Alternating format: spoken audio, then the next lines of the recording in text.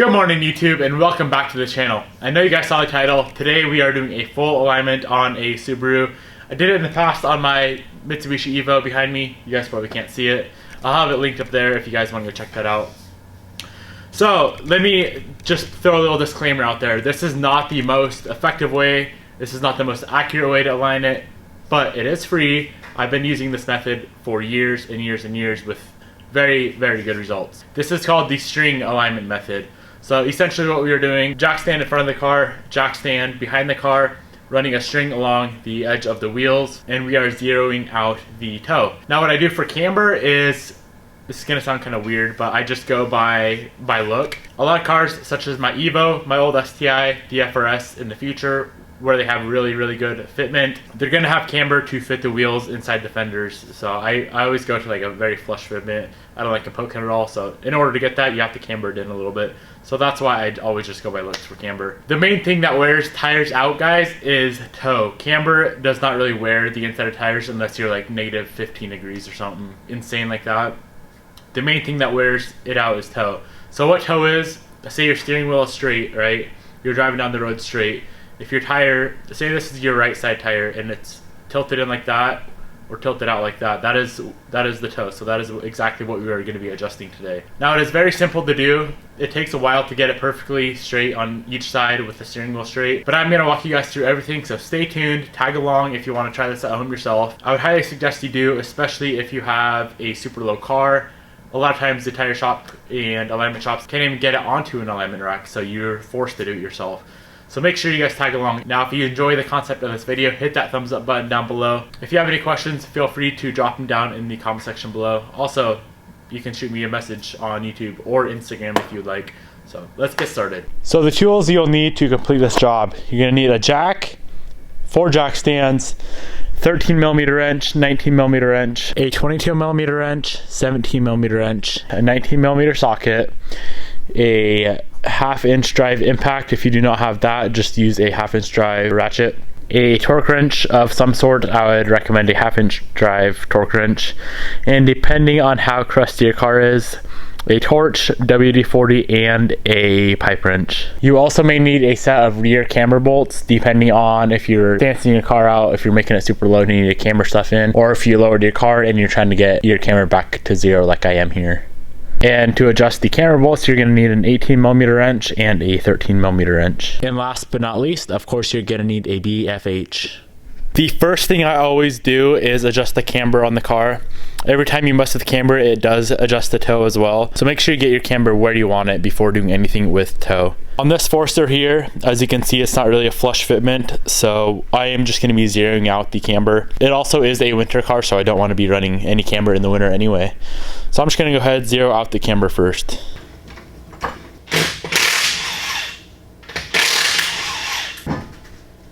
So this top bolt right here is the one that adjusts the camber for the front. So you can just spin it and it'll pull the hub in or out, as you can see there. On this car, I'm just going to go ahead and go all the way out with it and see how that looks. Both of the bolt and the nut are 19mm, so I'm using my 19mm socket on the 1/2 inch impact and also just a 19mm wrench. Another quick little tip, guys, while we have the wheel off, I'm going to grab some WD-40 and spray it on this tie rod right here. So this is the outer tie rod, this is the inner tie rod. This is the nut that locks the inner to the outer, and they always get pretty crusty, so I'm going to go ahead and spray that down with WD-40 and just let that sit on there. And you can also try to break it loose. It's a lot easier to get it loose while you have a wheel off the car. As you can see, it's pretty damn crusty. I'm gonna grab the hammer and tap that loose. Just like that. So make sure everything is nice and lubed up with the WD-40. Spin it around a few times because it's a pain in the ass to do if everything's crusty. So that should do it there.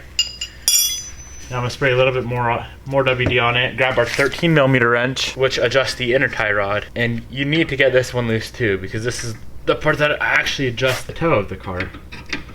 So if that is seized, then we cannot even adjust the toe. You'd have to replace the parts. Alright, that's pretty crusty on there. I'm gonna grab a torch and a pipe wrench and bust that thing loose.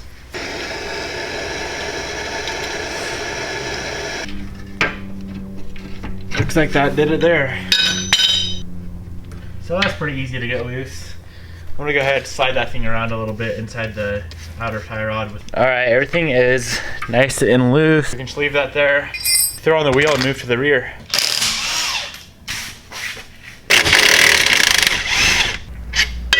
So the rear is a little different story on a Subaru. There's no factory camber adjustment. So I'm gonna be installing a camber bolt. Usually when I'm throwing a camber bolt in, I'm cambering it out, like negative camber.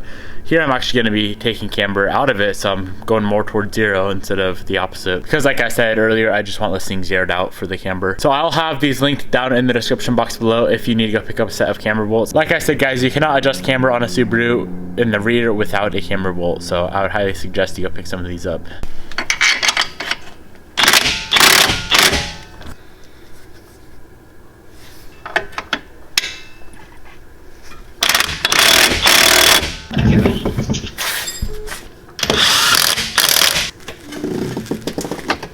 So a quick little tip guys, if you have a level at home, you can't go from like there to there because the tire bulges on the bottom, right? So come up a little bit, go from there to there. You'll be able to tell if it's still super cambered out just by this little bubble right here. I'd say I got it pretty damn good my first shot. So I'm gonna go ahead and do the same exact on the passenger side as well.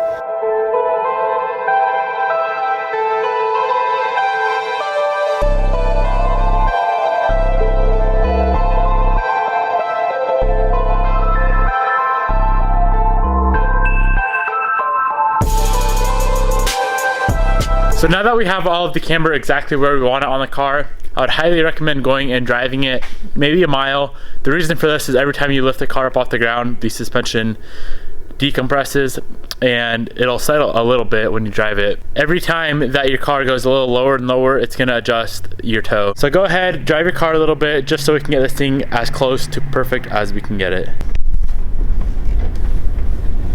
Okay, the drive is over with.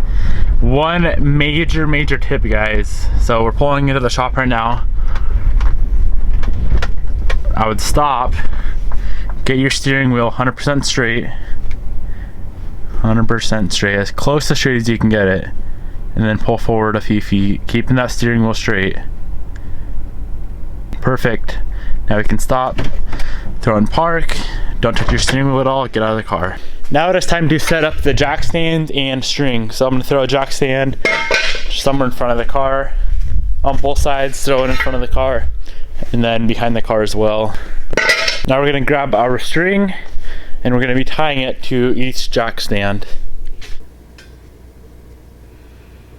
Now we're gonna take the string, pull it to the rear of the car,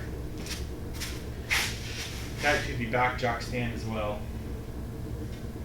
So we're now going to take our jack stands and pull them so the string is touching the wheel on both the front and the rear.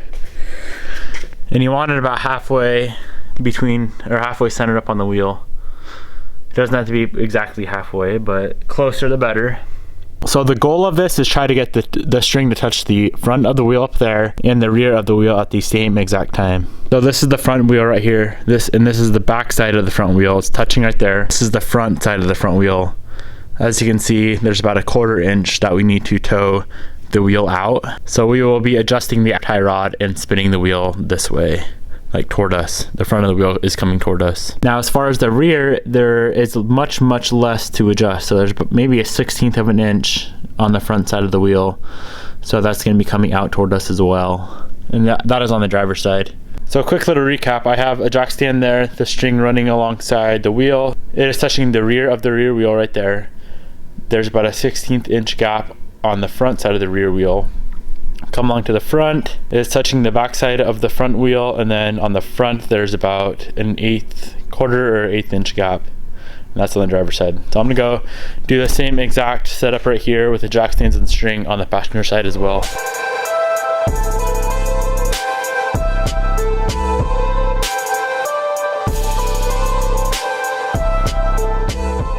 So this side is actually different than the driver's side. It's touching the front fine, that's perfect there.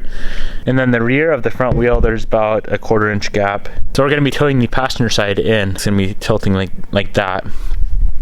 And then the rear wheel is about the same as the other side, just this tiny gap on the front side of the wheel. I always adjust the front toe before the rear. Not really sure why. It doesn't really make sense in my mind of why I would do that, but it's always what I do. So I'm gonna go ahead and adjust the front toe. The way we adjust the front toe is the part that we broke loose earlier and squirted with WD-40, the outer tie rod end. So we're gonna be twisting the inner tie rod into the outer tie rod. Twisting it in, let's see, twisting it in would pull the front of the wheel in, so that'd be towing it in. Now twisting it out would push the front of the wheel out, so that's towing it out. Tools we need to adjust the front toe is a 13mm wrench and the 19mm wrench. And that nut should already be loose because we already broke it loose with the WD-40 and whatnot. So this is the passenger side here, and as you can see, the string is not touching the back side of the wheel, so we're going to be towing this one in. And like I said, guys, we're going to be towing this one in by threading the inner tie rod. So we're going to be threading it into the outer tie rod, and that'll pull the front side of the wheel in. So what I'm doing is I'm just threading this one in while I'm watching the wheel with the string, and I'm going to try to get it as close as I can, and then I'm going to go check the steering wheel and make sure it didn't move at all, because sometimes it moves a tiny bit when we adjust this tie rod. So I'm going to throw a few turns in. It's pretty damn close. I'm going to check the steering wheel right now. So the steering wheel did move a tiny bit. So I'm going to make sure I didn't thread that guy in too much. It is literally perfect. So I'm going to go ahead, lock this lock nut in. And so you have to put your 13mm wrench on the inner tie rod. Make sure you're holding it in place. And then we could go ahead tighten the nut with a 19mm wrench. And now we can move on to the driver's side. Same exact process. So as you guys can see, it's touching the rear of the tire and the front of the tire at the same exact time. That is exactly what we were going for. Come around to the passenger side as well. That's the front of the tire, rear of the tire. Bam! Time to move on to the rears. Thankfully, the rears are a whole lot easier than the fronts. Reason being, we do not have a steering wheel to worry about keeping straight the whole time. All we're doing is zeroing out the toe. Very, very simple compared to the fronts. So what we are going to be adjusting in the rear for the toe is that eccentric bolt right there. Kind of the same concept as a camber bolt, but it's for the toe instead. So to adjust the toe on the rear, we're going to be needing the 17 and 22mm wrenches. So go ahead, bust loose the nut on the back side. It's a 17mm. As you can see, I like to use my WD-40 on everything.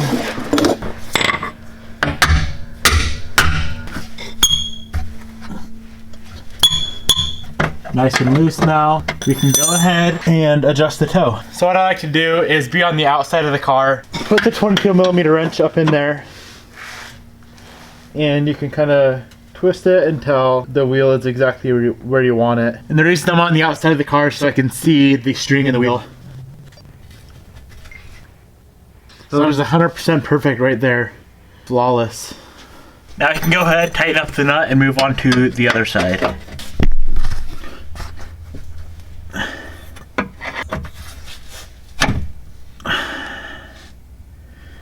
And as you can see, it just slipped, so we are gonna have to redo that.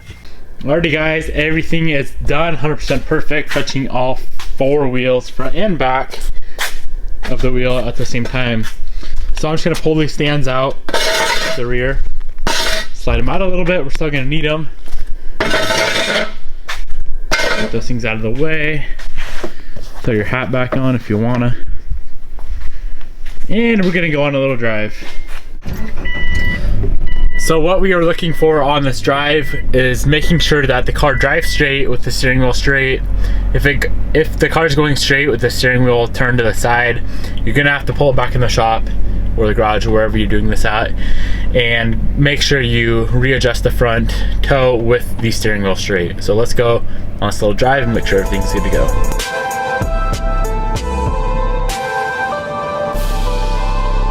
Y'all wanna see how fast the Forester XT is?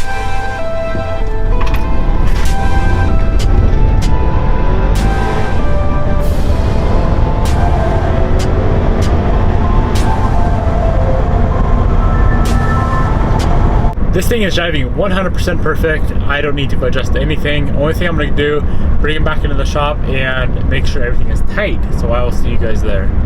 So everything that we messed with, which includes the wheels, we already torqued the strut bolts. So the wheels and the nut on the front for the front toe control, and the 2 eccentric bolts with nuts on the rear, we're gonna have to torque all those down. I will have the torque specs on the screen for the front and rear toe nuts, I guess, the torque spec on those. The wheels, I'm gonna go ahead and torque to 90 foot-pounds. And remember guys, I always do these in a crisscross pattern.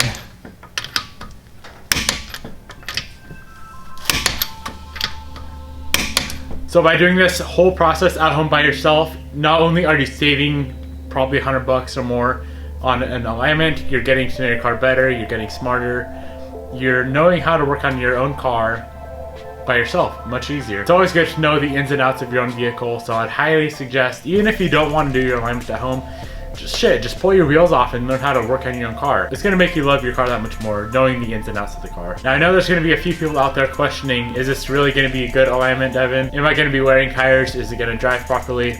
So to answer that question for you, I'm gonna be bringing this car in tomorrow to an alignment shop. I'll find someone around here that can do it.